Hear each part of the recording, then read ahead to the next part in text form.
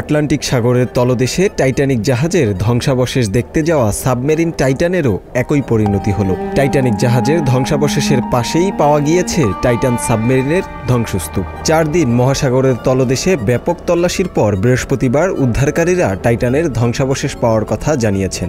যুক্তরাষ্ট্রের কোস্টগার্ডের rear admiral জন মুগের স্থানীয় সময় বৃহস্পতিবার 22 জুন বোস্টন শহরে এক সংবাদ সম্মেলনে একথা বলেন।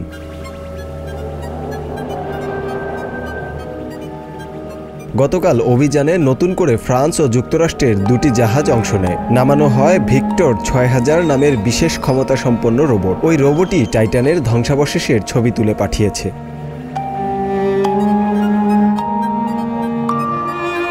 আটলান্টিক মহাসাগরের গভীরে টাইটানিক জাহাজের ধ্বংসাবশেষের পাশে সাবমেরিন টাইটানের 5টি বড় অংশ পাওয়া গিয়েছে। আর এসব অংশ দেখে নিশ্চিত হওয়া গেছে পানির নিচে যাওয়ার পর এতে বিস্ফোরণ হয়েছিল। তখনই অনেকটা নিশ্চিত হওয়া যায় যে টাইটান এবং ভেতরে থাকা 5 জনের পরিণতি। তারপরও অনুসন্ধান চালিয়ে যাচ্ছিল যুক্তরাষ্ট্রের নেতৃত্বে কানাডা, ফ্রান্স সহ আরও কয়েক দেশের উদ্ধারকারী দল।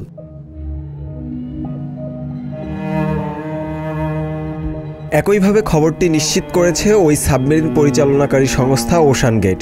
বৃহস্পতিবার প্রথম প্রতিষ্ঠানটির পক্ষ থেকে 5 আরোহীর মৃত্যুর কথা জানানো হয়। ধারণা করা হচ্ছে পানির প্রচণ্ড চাপে সাবমেরিনটির মধ্যে বিস্ফোরণ ঘটে। টাইটানে ভেতরের যাত্রীরা হলেন পাকিস্তানি ব্যবসায়ী ও ধনকুবের শাহজাদা দাউদ ও তার ছেলে সুলেমান দাউদ। ওশান গেটের মালিক স্টকটন। আরেকজন পর্যটক ছিলেন ব্রিটেনের ধনকুবের হ্যামিশ হার্ডিং।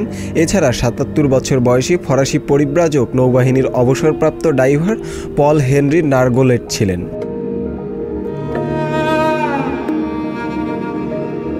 কোস্টগার্ডের এই কর্মকর্তা আরও জানিয়েছেন, টাইটানের ধ্বংসাবশেষ পাওয়া গিয়েছিল টাইটানিক জাহাজের ধ্বংসাবশেষের 1600 ফুট দূরে, যার মধ্যে রয়েছে টাইটানের সামনের নাকের অংশ, কাঠামোর বাইরের অংশ এবং একটি বড় ধ্বংসস্তূপ। সংবাদ সম্মেলনে তিনি বলেছেন, আমাদের মনে হচ্ছে সাবমেরিনটির ধ্বংসাবশেষ আবিষ্কার করতে পেরেছি। নিহতদের মরদেহ উদ্ধার করা সম্ভব হবে কিনা এটি এখনই বলা যাচ্ছে না বলে জানিয়েছেন এই কর্মকর্তা, কারণ বর্তমানে সেখানকার অবস্থা ভালো নয়।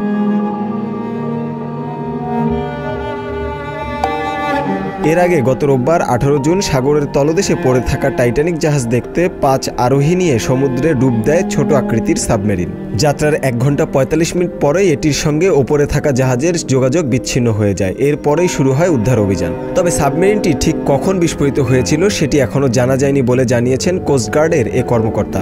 এদিকে এমন খবরে তাৎক্ষণিক বিবৃতিতে দুঃখ প্রকাশ করেছেন মার্কিন প্রতিরক্ষা দপ্তর পেন্টাগনের press secretary brigadier general Patrick Ryder. এছাড়া বুধবার সমুদ্রের নিচ থেকে যে শক্তিশালী শব্দ এসেছিল তার সঙ্গে টাইটান সাবমেরিনের কোনো সম্পর্ক নেই বলে জানিয়েছেন তিনি।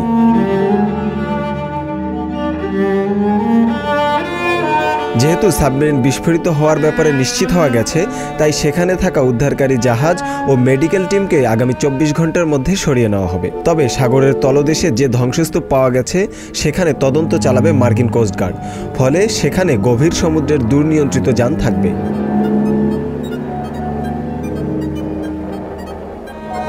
সাবমেরিন টাইটানের বিস্ফোরণে আরোহীদের নিহত হওয়ার প্রসঙ্গে কথা বলেছেন বিশ্ববিখ্যাত টাইটানিক চলচ্চিত্রের পরিচালক জেমস ক্যামেরন।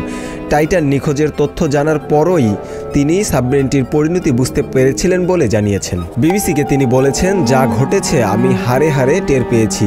যখন সাবমেরিনটির ইলেকট্রনিক্স ব্যর্থ হয়েছে, যোগাযোগ ব্যর্থ হয়েছে এবং একই সঙ্গে ট্র্যাকিং ট্রান্সপন্ডারও ব্যর্থ হয়েছে, তার মানে সাবমেরিনটি আর নেই।